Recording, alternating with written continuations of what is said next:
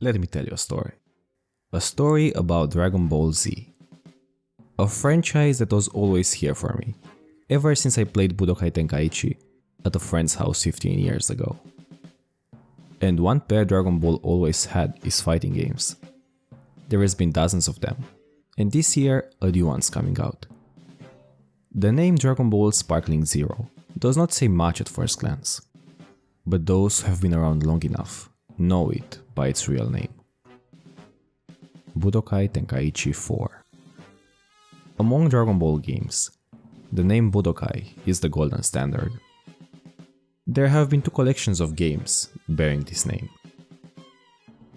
Technically there are some more, but those are more like spin-offs without much soul, so I don't care for them.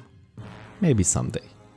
But 2 franchises, 6 games, 3 Budokai games and 3 Budokai Tenkaichi games. In Japan, the Budokai Tenkaichi franchise was in fact always called Sparkling. Do you start to see it now? And so, in anticipation for Sparkling Zero, I have decided to go back to all the games that paved the way for this monumental arrival. My name is Arvon, and today I will tell you how this journey began, as I complete Dragon Ball Z Budokai 1 and see how it started the legacy of the Budokai name. First things first, the intro.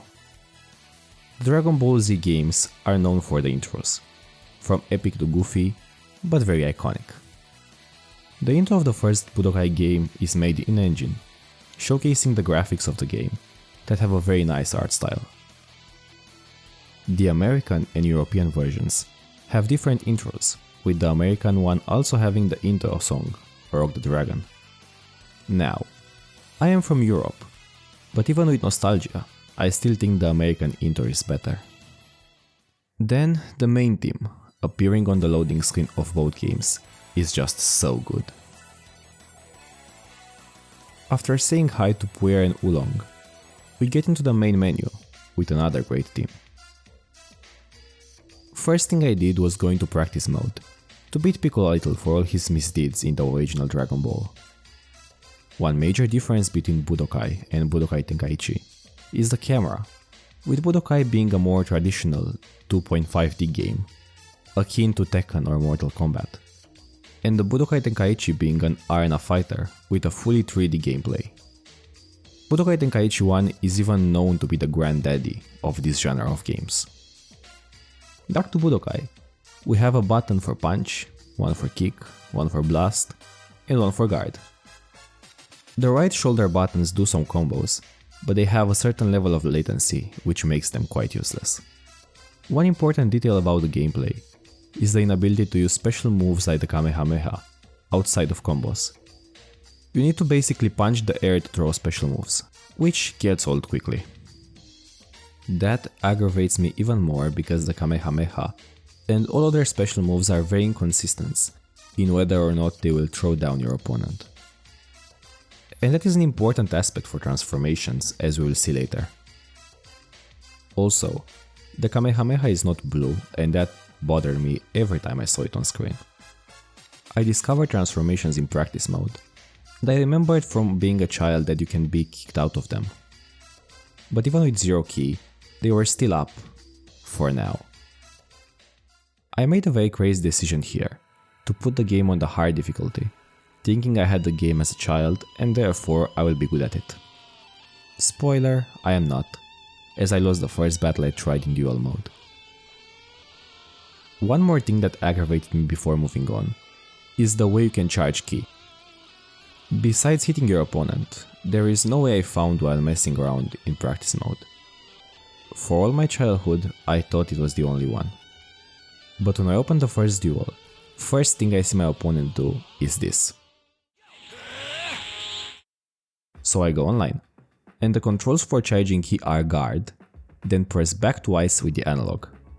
I want to point out that there are 2 buttons on the controller doing nothing, and this is what they went for instead.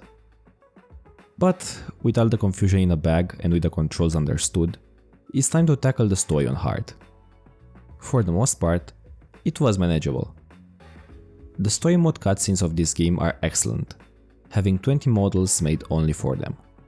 The developers probably knew the game will be for many the first deep dive into Dragon Ball, and so properly introducing the characters and the important moments was vital. If you ask me, they did a great job with cutscenes like Goku's first Super Saiyan transformation or Gohan's final Kamehameha against Cell, carrying the same emotional impact as they did in the anime. For the fights, there are only two difficulty spikes. First is Goku vs 100% Frieza, which is my favorite fight in the game. It's a battle when the player really must understand the mechanics of the game and properly control the battle to win. One thing about the game is that you can break the guard with either a grab or a burst attack, which is basically an attack that needs time charging. But if both combatants use a burst attack at the same time, a burst battle starts. And because I am the fastest in the West when it comes to analog spinning, which is the way these are settled, that was my ticket to defeating Frieza. But then he appeared. And what followed was a 2.5 hour grind, which took every grain of patience from me. Except for the fact that Gohan starts with one less health bar than Cell. The major problem in this fight is the ki. I said earlier, even with zero ki, a transformation does not dispel. Well, it actually does dispel, but only if you have less ki than it is required for the transformation, and if you get knocked down. And my god, does Cell love to throw you down, with either his grab or with that goddamn punch. And so, because Gohan starts with less ki than is required for even a regular Super Saiyan, let alone Super Saiyan 2, one single punch from Cell is enough to send you back to base and into a world of hurt. Even the way the battle ended was anticlimactic. But the cutscene after was great. And then, instead for the story mode to end, it's time for the second part. This is very weird. They literally separated the events of the story mode into two parts, and you unlock some, like the Earthlings battle with Nappa, after the final battle with Cell. And why this is happening is beyond me. Also, I switched back difficulty at Piccolo vs Cyberman, because seeing Piccolo beaten by those green fucks made me so mad. There is one good thing coming out of this, the what-if scenarios, which have become a staple for Dragon Ball franchise both in YouTube and in games going forward. In this first iteration of them, there are three, hidden in the depths of story mode. Vegeta beats everyone on Earth and turns Super Saiyan, Frieza beats everyone on Namek and turns immortal, and then the third one, in which Cell absorbs Krillin and is defeated by Tien Shinhan and Yamcha. I asked on r/Dragon Ball Z what they remember about the first Budokai game, and the top comment was this what if. And I cannot blame them, as you can literally play as Cell with Krillin absorbed. With all that being said, the story mode is done, and it is time to go into the World Tournament. We almost have all the characters unlocked by now, except for two secret characters we will unlock there, Hercules and the Great Saiyaman. Oh yes, I forgot to mention, there is no Buu Saga in this game, only Gohan's alter ego as a sign of what could have been. The World Tournament functions in three tiers: Novice, Adept and Advanced. To win, you need to win a number of fights in a row.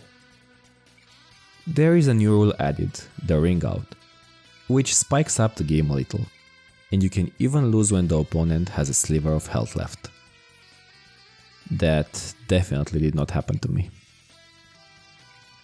To get to higher tiers, which is needed to unlock the secret characters, you must not only win a tournament, but also buy the next tier as a capsule from the very friendly Mr. Popo. Being here, let's talk about it. The worst feature in a Dragon Ball game. In this game, the moveset of a character is determined by the capsule they have equipped. And the story does not provide many capsules to a player. At least the characters have some capsules by default in the story battles, and there is a normal setup for them with basic moves. But further on, for a custom setup, you must buy them from Mr. Popo. And it is a pain, as almost all of his sales are random. The only one that is not is the recommended capsule.